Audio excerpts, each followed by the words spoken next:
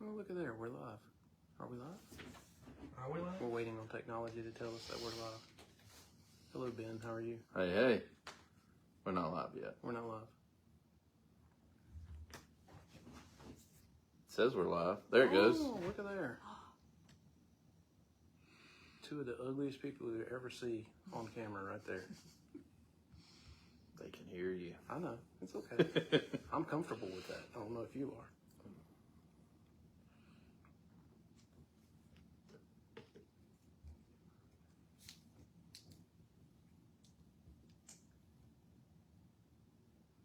All right, friends.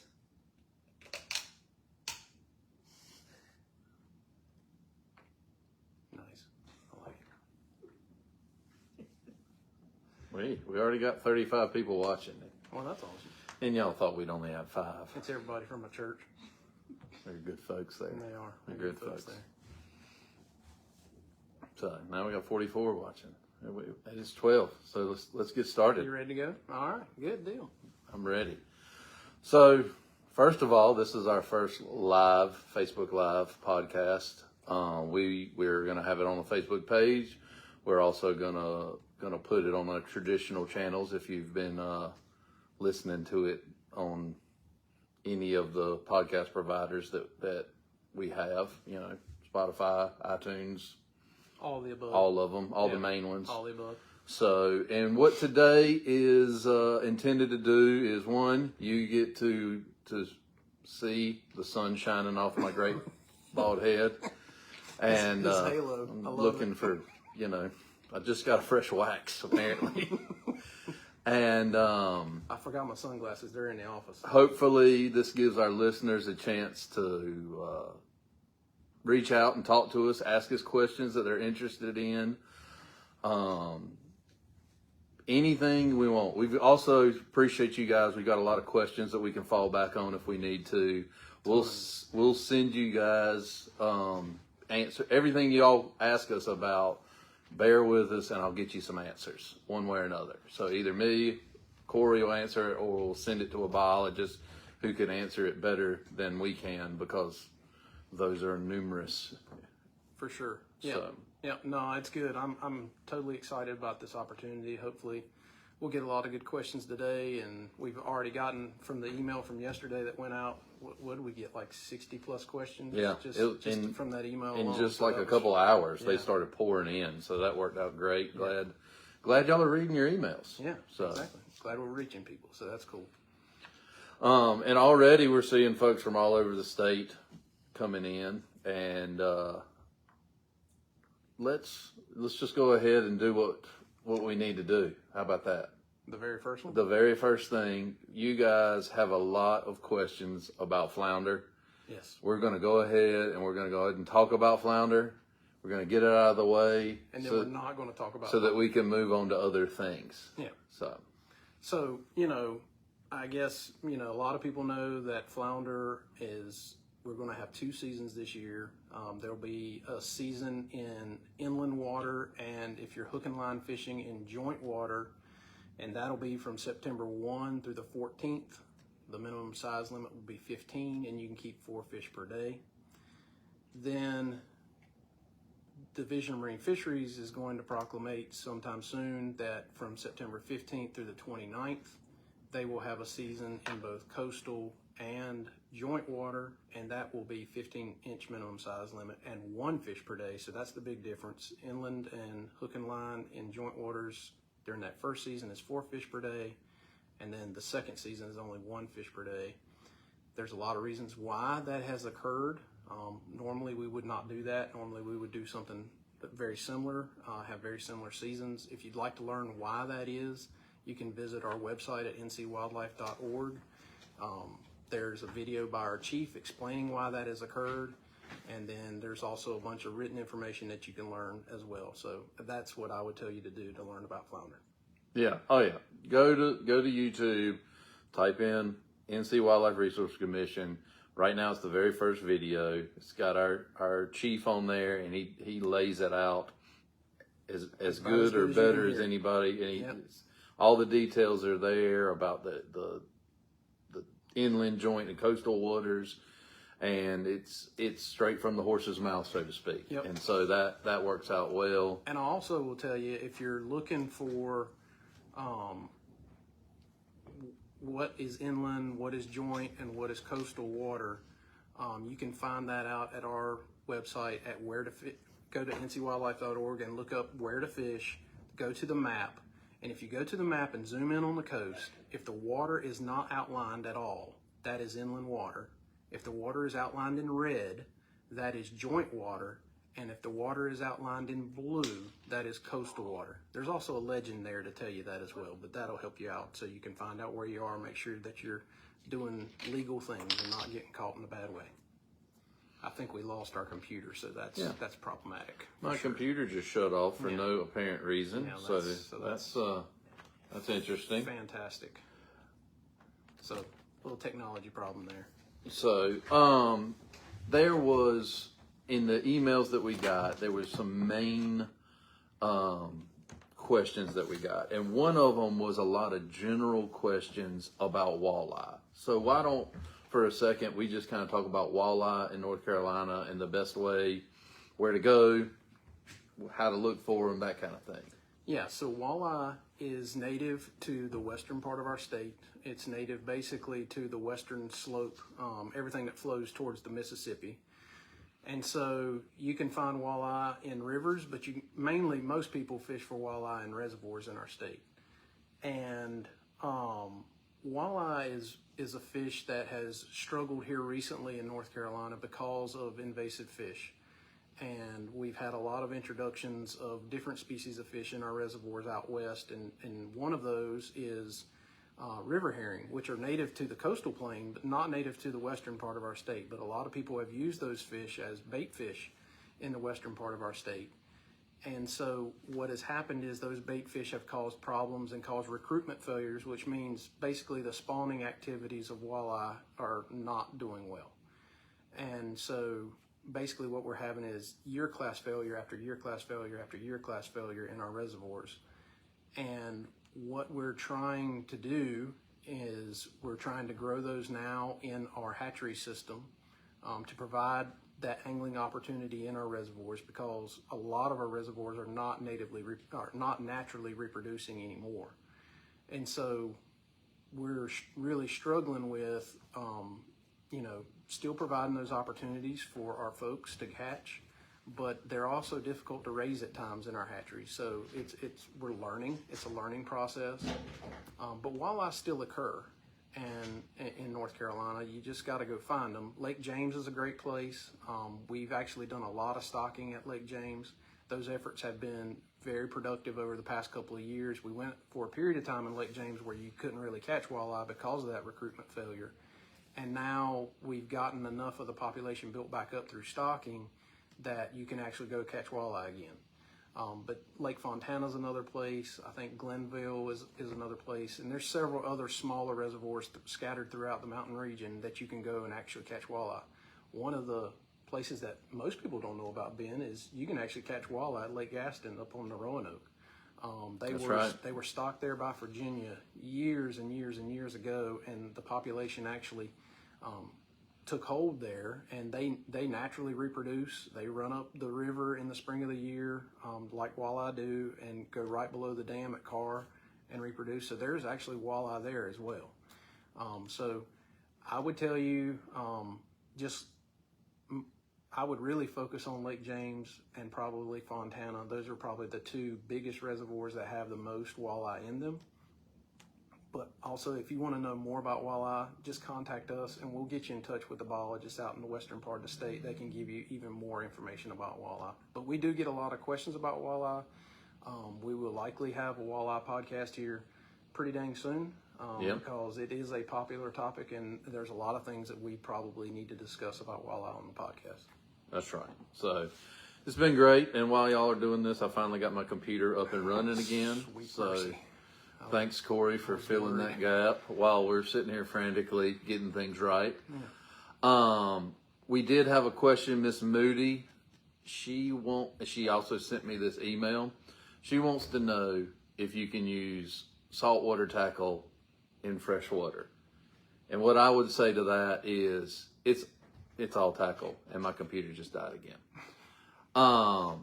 So it's really not salt or freshwater tackle. It is, trying to imitate some sort of prey that a predator fish wants to eat. And so, you can use things that look like shrimp in freshwater and catch bass on them. Oh yeah. And the opposite is true too. You can use things that look like crawfish in saltwater and it can work as well. So, I used to catch down in New Bern. I used to fish with just shrimp and catch bluegills all day long. mm-hmm. So it's kind of a, I don't know. You can catch fish on just about anything. You just got to try. That's the key. And there's really only so many ways a big fish can eat something smaller. And so, whether it's, if you're used to fishing for saltwater, a lot of those same tactics will work in freshwater. So Yeah, it translates. and vice versa. A lot of the tactics, if you're used to fishing in freshwater, will work in saltwater. I mean, there are times that you can catch speckled trout on crappie jigs, Ned rigs. I mean, there's all these things that people use in freshwater. You can catch speckled trout on just about almost year round. Maybe not quite year round, but pretty close to year round. We're still having technological difficulties. We're doing here. great here. Yeah. This is a lot of fun. This is adding a whole level of spice to Corey, my supervisor here. We're going to be budgeting for a new computer for me relatively soon. Pretty sure of that one. One of the other questions we got was about Harris Lake. Harris Lake has changed significantly Very much so. in the last, let's just say 5 years, 6 years, something like that. Yeah. And some people it's changed and they've adapted to it and have had success, and other people we hear complaints from time to time about Harris Lake because of these changes. Let's talk for a minute about that. So, so for those of you who don't know where Harris Lake is just kind of southwest of Raleigh. It's a 4,000 acre lake that was known for probably my entire life as being a very good largemouth bass lake. It's also a very good crappie lake too. But about I'm gonna say probably 7 or 8 years ago, hydrilla, which is an invasive plant, was in the lake and was very abundant, and anglers could fish around it really, really well. Hydrilla started to decline, and then over a period of time, it got lower and lower and lower, and it got to a place where the Division of Water Resources decided they wanted to get rid of hydrilla because it was a source population. So they stopped grass carp to get rid of that hydrilla.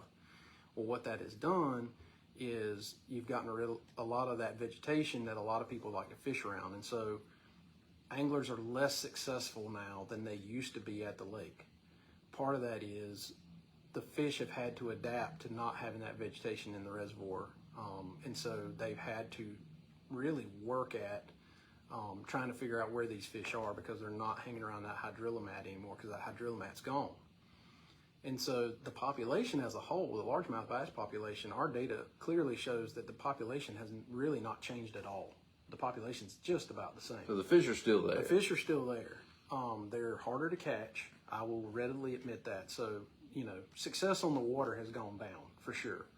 I'm sure there are some anglers that success is about the same because they've been able to adapt and figure that out. One of the things I will say is that we as an agency, because when hydrilla was decreasing, we decided to do a real large-scale habitat program there. And we've put a lot of artificial structure. We've planted a bunch of native vegetation. And so what we're trying to do is restore that vegetation. It's going to take time. That's the key. Like, a lot of people see that vegetation kind of come and go, the plantings that we're doing. And I will tell you, that's a 10 to 15 year process. That's not something that happens overnight. Invasive plants are really good at establishing and becoming invasive because that's what they are. Native plants take more time. It's just a lot longer in that process. So we're kind of in the beginning of that, moving towards the middle of that. And so some plants have done really well and some plants have struggled.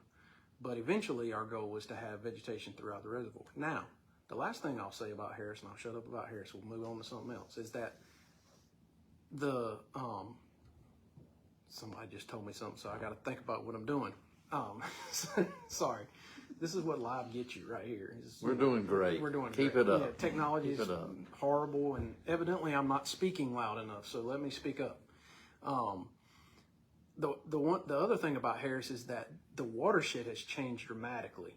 We have a lot of people moving to North Carolina, and so that watershed is becoming more and more residential. It used to be primarily all wooded, and now there's a lot of residential communities that surround that watershed, and so there's a lot more nutrient flow, a lot more just sediment going into the lake. So people see it shallowing up in the creek, in the backs of creeks, and so a lot of things are changing on the lake. The water chemistry is changing, and so that does have effect on the population. What that means long term, I don't really know yet because we just don't know.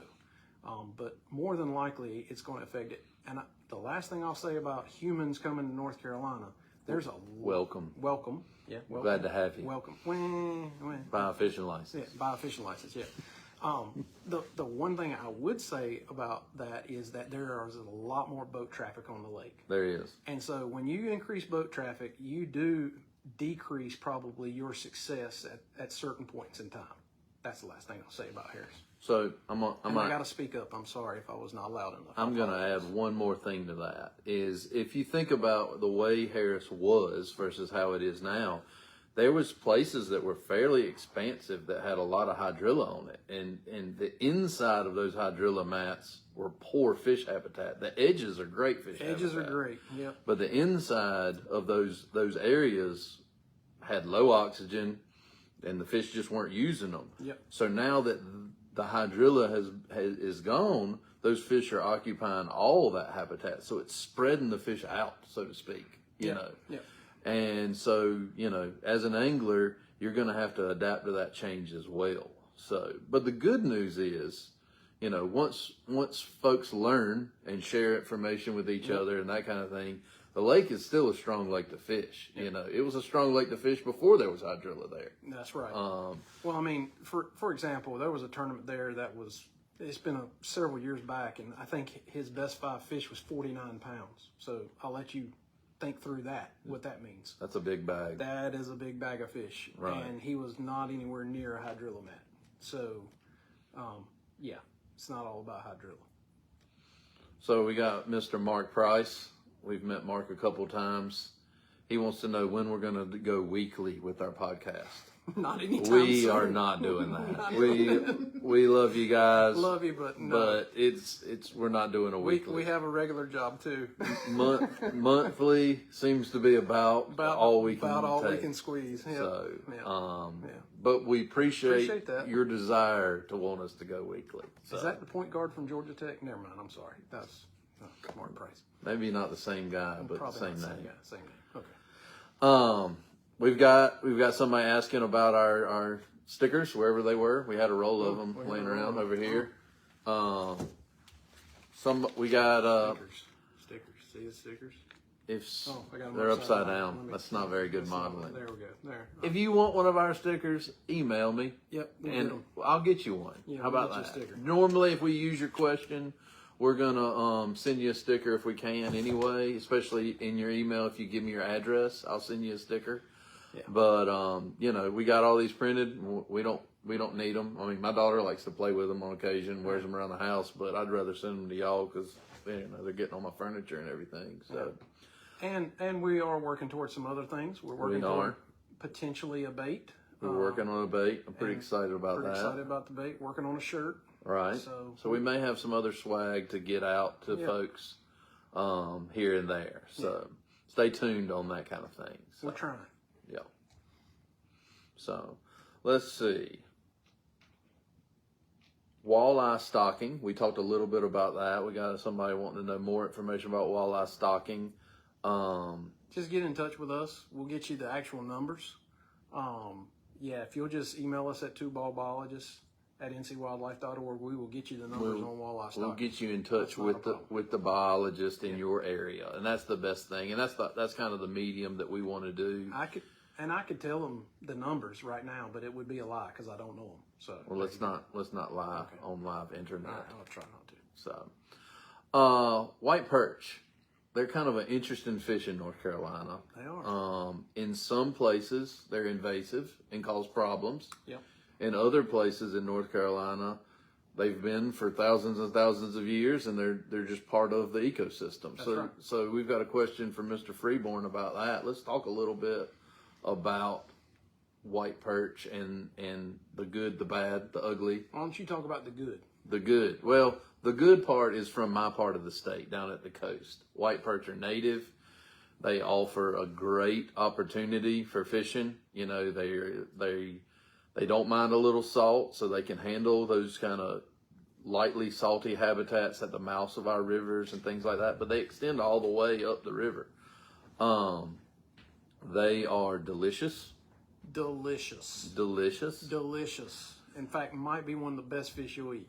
And they're relatively easy to catch when you find them. Yes. You know, and they are in just about all of our coastal rivers.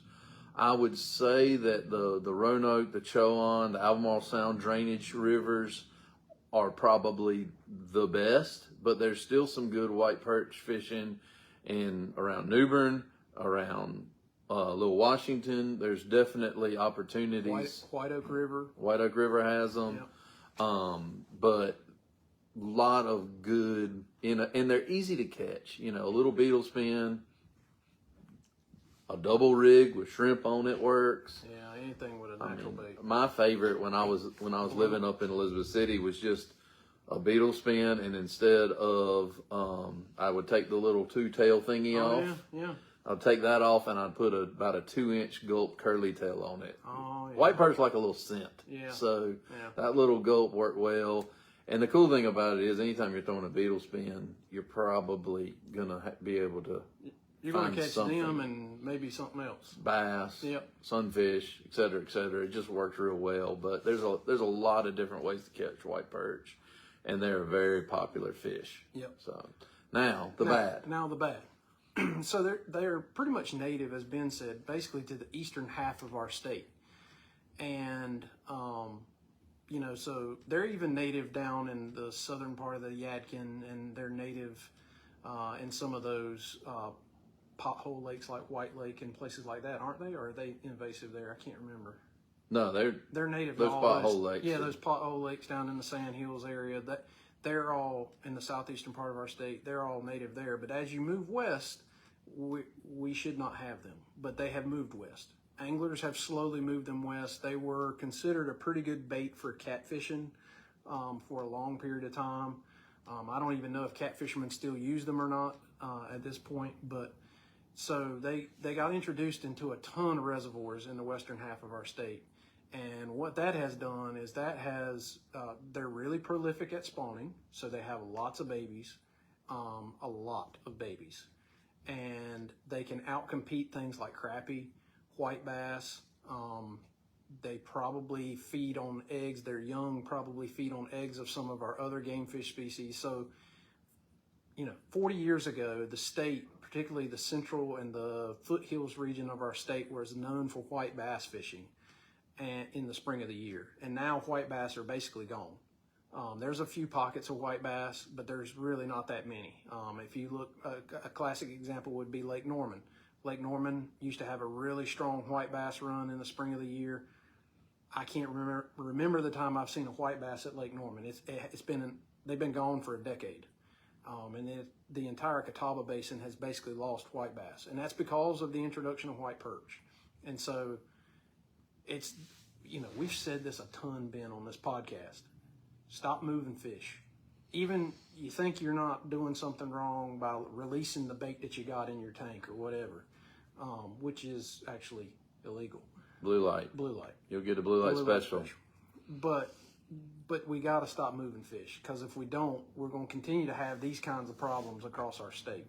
And white perch is just a really good example of a fish that, in part of our state, it's supposed to be there and it does really well. It does really well in the other part of the state too, but it's not supposed to be there.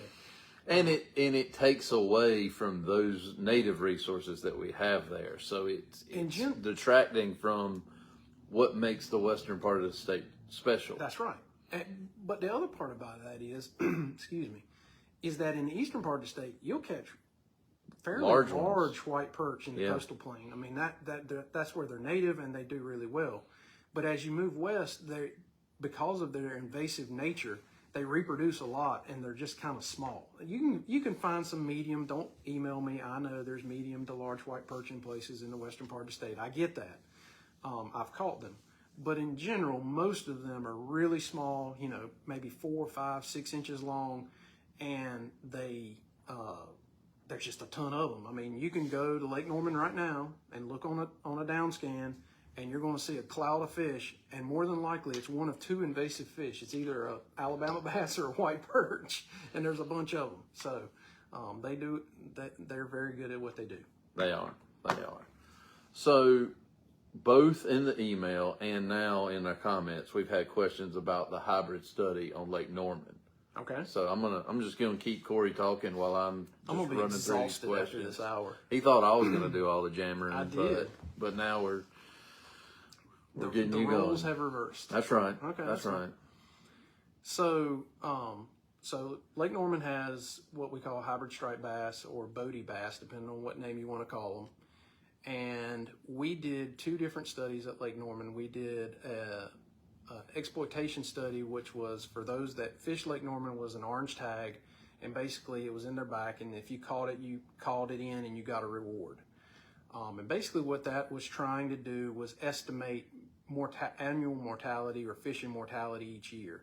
And that project went from 2016 to 2021 or so and wrapped up. And then we started another project where we actually put telemetry tags in them. And what those are tags that will actually track their movement. And so we had these stations all along the lake that if the fish passed the station, it would ping and it would tell how deep it was, what the water temperature was at the time, and we can go out and measure the oxygen based on that depth that we can read, and we know what oxygen level they were at. There was reasons for the 2 different studies. The first study was really about fishing mortality. The second study was about what habitats are they in during certain times of year, and if they're going to die in the oxygen squeeze in the summertime, which was our concern. And so the exploitation study, the take-home area is it's a high mortality rate. It's probably somewhere between 60 and 80% annually. So that's more like a crappie fishery than a striped bass fishery or a largemouth bass fishery or something like that. It's a really high mortality rate. It's what we see in a lot of our crappie fisheries in North Carolina. So that's good. People are utilizing the fish. They're going out, they're catching them, they're taking them home to eat, which was what we put them out there for. Sure. But it helps us adjust stocking rates, which you've already done because of that. So we use that for management. And then the other study, the movement study, we could talk about that for hours. We're not going to, but we could talk about that for hours. Fish movement It's cool. It's neat stuff. It's really cool. Some of the things, so I'll hit the highlights. One of the things we learned is that the vast majority of those fish did not act like striped bass. Striped bass would go down in that hole in the summertime, get caught by the oxygen bubble, and die. That's why we got rid of striped bass and went with the hybrid striped bass. The hybrids, it's a small portion that gets down in that hole. The rest of them scatter throughout the entire reservoir during the summertime. And generally where they stay is in that 30-foot range. They stay right above the thermocline, which we've talked about on the podcast before.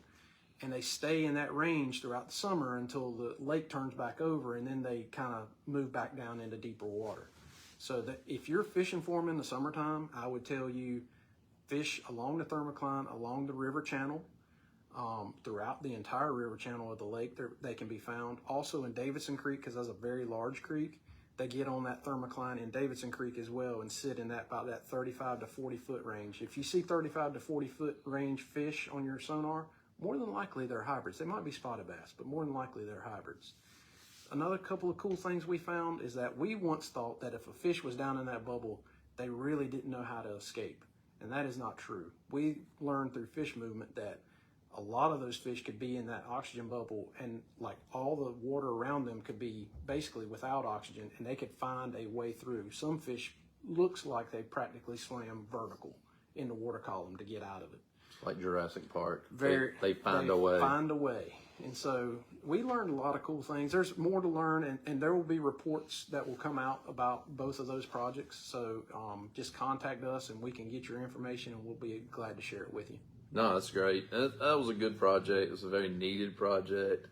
You know, we had problems with striped bass, so we made a switch, and it seems like the switch is providing what we were hoping for. So it's a management win from that respect. So we had another question about my stomping grounds, Roanoke Rapids Lake and Lake Gaston, and the striped bass fishing there.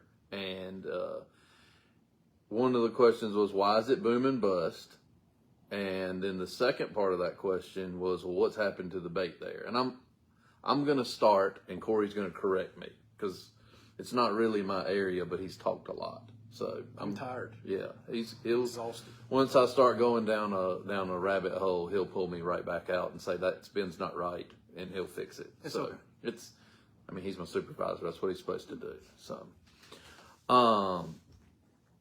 Lake Gaston, Roanoke Rapids Lake are very good numbers striped bass lakes. Not necessarily the place where you're going to catch a 30-pounder, but it's not impossible. But not really. But the numbers of fish there are good because the stocking densities are high, you know, and it's definitely we stock it relatively heavily because it gets a lot of fishing pressure. Yeah. And so, you know, the fishing's good. You know, if you want to catch fish up to maybe 25, 26 inches, you know, and there's always, you know, some 30s mixed in.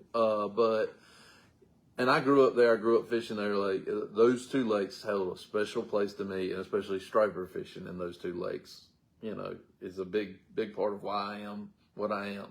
Whether that's good or bad is a whole nother discussion. But maybe we should cancel the stocking program now that it produces you. Now we know that it makes this. Yeah. But there has been some significant changes in the bait, you know, that's in that area. And that's in large part because of the introduction of blue catfish. So and Alabama bass. Yep.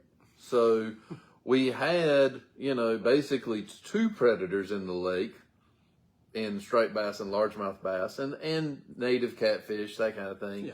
But now we've added two more pelagic predators that occupy the same habitats that the heron, which is the dominant bait fish in that lake, occupied. And so there's more mouths in the lake now than there used to be. A lot more mouths in the lake, and on top of that, they're very good at being invaders, and they're very prolific. Blue cats are prolific. Alabama bass are prolific, so there's just a ton of mouths to feed. And, you know, we were talking about this earlier, like we get this question quite a bit. Where would you go if you're trying to catch a trophy striped bass in a reservoir? Right. And only two places come to mind. The first one is kind of trophy-ish, is Lake Roadhis, which is over kind of in the foothills region of our state. That would be the first place I would say. The second place is Lake Hiwassee. Right. Lake Hiwassee has produced the state record inland freshwater, not river run striped bass on, I think, multiple occasions now. You're not going to catch a ton of them because we don't stock a ton of them. It's a very low stocking rate because we're trying to grow really large striped bass. But the ones you do catch are significant. So that would be my suggestion, just to follow up on that. And part of why, let's just use Gaston and Roanoke Rapids Lake as an example, the low retention, which by retention we mean the water that's in the lake flushes through very fast. Yep. It's also not a very deep lake, so the water that's in the lake gets hot in the summertime. And striped bass, although you can go to New Bern right now and the water's 84 degrees and catch them, and you can catch them, striped bass just don't do well in hot water. No, don't like it. And when they're in hot water, they actually stop growing. You know, yes. It actually taxes them, so they have to put more resources into just existing. Yep. And so they're not able to develop those resources into fat and growth and all that stuff. So conversely, when you go to a mountain lake like Hiwassee, It's cold. that's cool year round, they don't have that problem. And they so can grow. you see fantastic growth rates, Yeah. coupled with the fact that they're relatively low density and they got all the food they need, you can really see some growth rates. So, I know in the past, my uncles and granddads, they caught large striped bass in Gaston and Roanoke Rapids Lake when they were first built. But a lot has changed, and it's not very likely that you're going to see a whole lot of fish, over 20 pounds in those lakes. It happens. Those lakes do produce them, but because of those summertime temperatures and the tax that puts on those fish, you're just not going to see near as many. You throw Alabama bass and 14 skillion blue catfish into the mix, and it adds that That's much a word, more y'all, pressure in case to you it. didn't know. Skillion. So It's Northampton County or Halifax County. Which one is it? Where? I actually learned that word from one of our hatchery managers. Oh, okay. So you didn't come up with that on your own. Nope, that's not my word. Okay. Yeah, I mean, you make a good point about the stress that they undergo in the summertime. We're actually analyzing a lot of our striper data over the last 30 years. We've been stocking stripers since the 60s in reservoirs. And what we've seen is they just don't do well everywhere. And we thought maybe they would do well everywhere, and they really don't. And like, for example, we used to stock Jordan Lake here in Raleigh. And it's just, if you know anything about Jordan Lake, it is a flat, shallow, hot bathtub in the summertime. It is. I mean, some of the water temperatures can be 93, 94 because it's just so shallow and so hot. And the stripers there, they would grow from basically mid-October to mid-May. And then from that point forward, at mid-May, they started losing weight. Like, they were slowly losing weight. Even though they were feeding and eating, they were losing weight and getting skinnier and skinnier. And so what that does is you get a fish that wants to grow but can't. And it spends that 9 months catching up from all the weight loss that it lost in the 3 months. So it really kind of the fish kind of stays about the same length, but it's just trying to maintain itself. They get fatter, they get skinnier. They get fatter, get skinnier, fatter, get skinnier. And they don't really get any longer because they can't put any kind of measurable energy into growth because they're just trying to catch up from the horrible conditions that they lived in.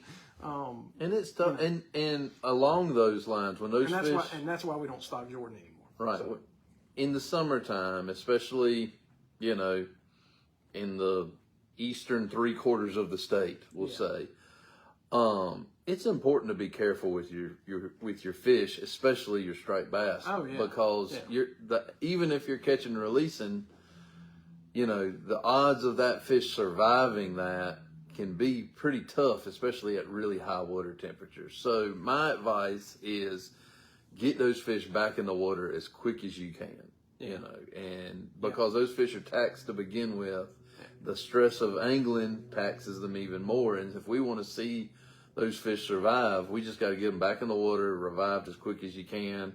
I'm not telling you to not take a picture, but just have everything out so that you can do everything really quick. If you're holding that fish out for 15 minutes and you drop him in the floor of the boat 5 times and he barely swims off, probably the drop in the floor of the boat did him in. Probably not going to fare very well, And so just be conscientious that even if you're 100% catch and release angler, you're having an impact on that fishery one way or another. So you make a great point. That's very true of maronid fish in general. Hybrid striped bass, white bass, even at some level, don't really like high water temperatures.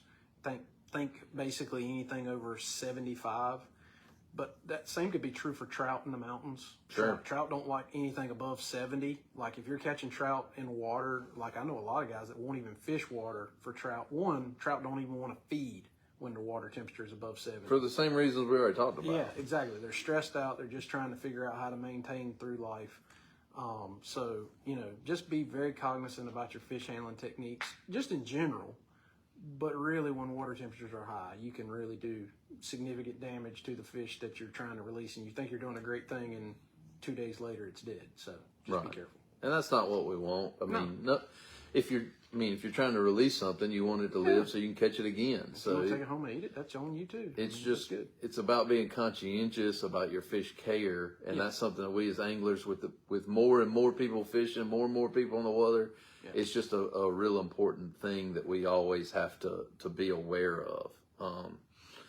So we've also had some questions. We had a lot of questions emailed to us about smallmouth bass, and it's not that I don't want to address your smallmouth bass questions. We don't like small. No, I'm just kidding. We love smallmouth bass. Love them. Love the They're catch 'em. very important fish Big hearts. to our western, not quite trout anglers. Yeah. The guys that are at the bottom of the hill, so to speak. Guys at the bottom of the hill. That's Lots of opportunity, but the very next podcast is going to be on smallmouth bass. So what we're going to do is say, is our answer to your smallmouth bass questions will all be answered shortly. answered in the near future. Listen. I think it's coming out the middle of September. So Great podcast. Yeah, We had that's awesome. one of our smallmouth bass biologists was on there with us. Wealth of knowledge. yeah. We also caught a bunch of smallmouth We bass. also went and caught a bunch of smallmouth, which was really cool. and that was fun as well. So it's not that I'm ignoring your smallmouth bass questions. I'm just saying we get a whole podcast, and we want you to tune into that. So, Did half the crowd just drop off because we said no smallmouth? no, they Okay. stayed. Okay. Whoever's listening is staying. Well, that's is good. the way I it don't know. looks. I have So, no idea why. Well, My wife tunes me out, so I would assume they would too. But maybe it's because I'm talking about fish. people like fish. I like fish. I like fish. I like fishing. So, in following crappie, we're going to talk about crappie fishing for a minute, Okay. which will be another near in I the think that's future October. podcast. I think that's October. Right. Yeah. So stay tuned on that. We'll be talking about fishing for crappie in the eastern part of the state in the near future. Those of you may remember last year we did one where we went to Jordan and we talked about reservoir crappie fishing. So it'll be a completely different thing. That being said, crappie are kind of hard to follow. You know, they show up and then they go away. You know, and if you're fishing the same patterns, you know, some people are seasonal crappie fishermen and some people follow them all year long. And we had a question about crappie, and he says he's having a hard time finding crappie in the wintertime in the heat of the summer. And the strangest thing, I don't know if it's the strangest thing about crappie, because crappie do some unique things, I do. but the summer and winter patterns for crappie, especially in a reservoir, are very similar. So the fact that you're having trouble during those two windows, to me, suggests that what you may want to do is try some different patterns. Normally, what crappie do in the summer and in the wintertime, especially the cold part of the wintertime, is they're going to be on deep structure. Yeah. Like deeper than you might think. Yeah. Like 30, 40 feet would Yeah. not be the if you got that craziest kind of of things. water, that's where you need to be. And if you don't, whatever deep is relative. That's right. You know, for that term. Yeah. So I would focus on something that is relatively deep, something with structure or a ledge, you know. Lots of ledges. Bridge pilings are often good, Yep. that kind of thing. It's different than, you know, spring or fall where you're fishing blowdowns or docks or something like that. That's structure, still structure, because crappie are definitely a structure Structure-oriented fish. fish, yep. But not that kind of medium to shallow fishing. It's going to be fairly deep. The other thing is, you know, get some good electronics and map your area that you fish and make sure that you are where you think you are. That's right. Because you may be, especially for crappie, 10 feet is a long way off Is a long from way where off. you need to be. So, That's that was one of the things we learned when we went out with our director fishing. Well, we may have already known it, but he taught it to us. We'll give him credit. He's for a it. great He's tutor. a great guy. Yeah, he's a great fisherman too. Is that if you're a foot off of that structure, like depending on how tight they're holding to it. Like in the summertime, they were holding really tight to it. If you remember, Ben. oh yeah. If you're a foot away, you might as well be fishing out in the ocean. You know, Right. they're not going to hit your bait. But as soon as you get in that zone that they need to be in, that you need to be in, they're there, and they're there every time. Right. I mean, it may be 6 inches difference. It may be the difference in right here and right there. Yeah, You know? it was wild to see how tight they held to a certain location. So yeah, you're right. If you're 10 foot off, you might be way off. See, we got a few more questions coming in, and I'm going to check them out. Pond management. We got a question about manual weed management in a 5-acre pond. Don't do it. Do not do it. That sounds like a lot of work. Don't do it. Um, Are you trying to have a heart attack? Because if you are, that's a good way to do it. it's a you'll never win that You'll battle. never win. And, you know, just raking it out or something like that. I mean, it may be a good workout program for you, you know, shed some pounds in the summertime. But it's a lot of work. And so normally when we talk about weeds and pond management, you know, 25% vegetative cover is the magic zone, but it's very hard to keep that. Yeah. You know, I normally don't support any weeds just because it's a problem that's going to come down the road. A lot of times what we'll recommend you do is you get up with your local biologist. You can email us at twoballbiologist@ncwildlife.com, and we'll get you in touch with them, or I'll just help you depending on what the case may be. You may need grass carp in your pond, depending on the aquatic plant. We may say, you know, you need to use a herbicide. You may be wintertime drawdown may be what Yep, you need to do. I There's know. There's all kinds of ways. And each plant is different.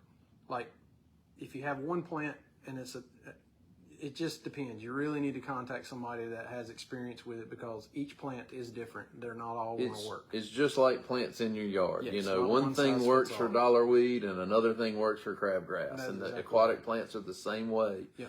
And so it's really important that, one, you get a good identification of what the thing in question is, the problem plant.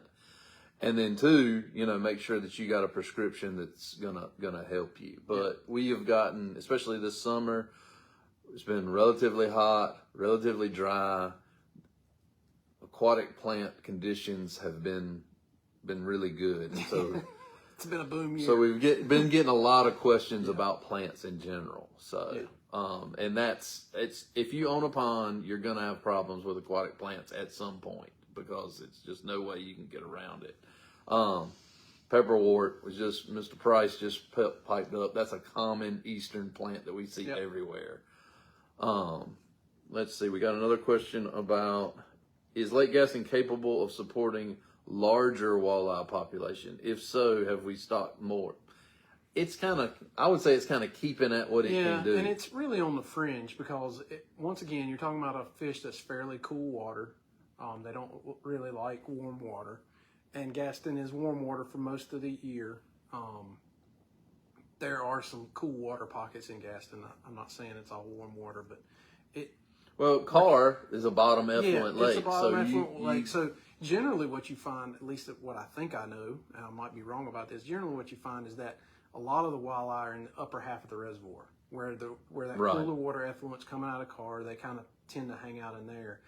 And it goes back to what we were talking about with stripers and everything else. There's just so many mouths to feed out there that stocking more is probably not going to get us anything that's not already there. Right. So we're kind of, the population is kind of what the population is going to be. One, you know, it was a stocking effort that was done many years ago that took hold. You know, would we be stocking walleye now in Gaston? And the answer is no. We probably would not be stocking walleye in Gaston now. So it just is what it is. I think that's where we are with them.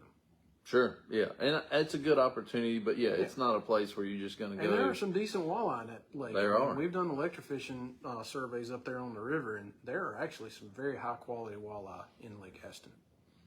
So we've got Mr. Williams sent me an email, and he's got some questions. He says he's been fishing for a while, and the funny thing is, my college roommate used to be like this. He said he can't catch a fish on a spinnerbait, the funny thing about a spinnerbait is it's a very versatile bait and it works. So the best thing you can do, especially in general, if you're trying to learn how to use a new bait, is to one, use it a lot.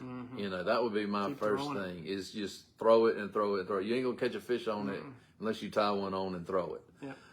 It's like trying to learn top water. It's really any bait, but you know, a lot of people are kind of afraid of top water, and it's because they throw it one time, put it in a box, and they never throw it again. You got to commit to it. But a spinnerbait for really all of our bass species is a very effective bait. You can fish it fast, you can fish it slow, you can burn it on the surface, you can almost jig one. I mean, there's a variety of things to do, but there's a time and a place for it too. And really with a spinnerbait, you're looking, I mean, that's a reaction type strike. It's going to buzz by, that fish is going to see it and you just instinctually grab it.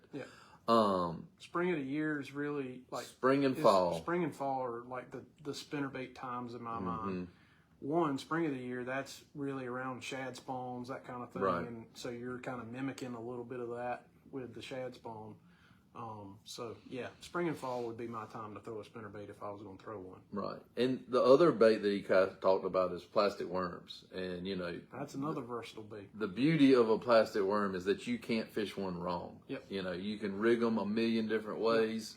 You can fish them high. You can fish them weightless. You can fish them deep. Weighted in different ways. It's weighted in a million different ways. And I think the main thing is finding, especially with soft plastics, is finding maybe your core 3 to 5 baits that you use.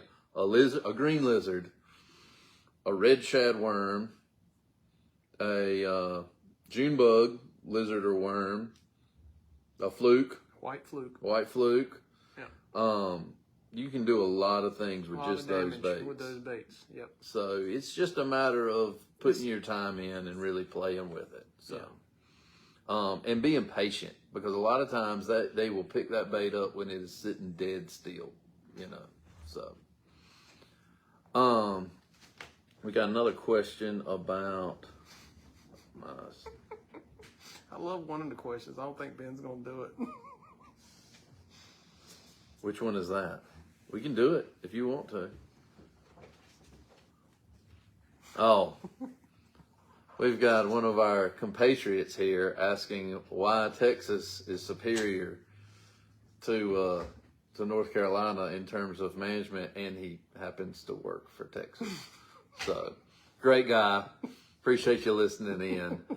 And I don't know why. And maybe we need to do some more research as to figure out if that's actually true or not. I don't think it's accurate, but you know, whatever. Right. I mean, Texas has a lot of good stuff going on. North Carolina has a lot of good stuff going on. So it's hard to compare the two because there's the good things are very different. So, but yeah, there's that. It also helps that you have a longer growing season. He does have a longer growing season. Is tremendous. We had a question sent by a parent who was really interested in taking his kids fishing, and he asked, like, what do I need to get set up to take my kids fishing? Corey, you have a son. I have a daughter. So we've both done a little bit of family fishing. Yeah. And I mean, it's huge. Like, you should do that. Like, it's an awesome way to spend time with your family. It is. Especially this day and age. And it's relatively easy, you know, to buy some basic stuff. You know, you don't have to, you know, do a whole lot of crazy stuff and be fairly productive, you know. So if I was going to make a suggestion, I personally would, this is what I would personally do. Ben might have something totally different, but I would find a inexpensive, not cheap, but inexpensive spinning rod and reel combo that you can buy at basically any store.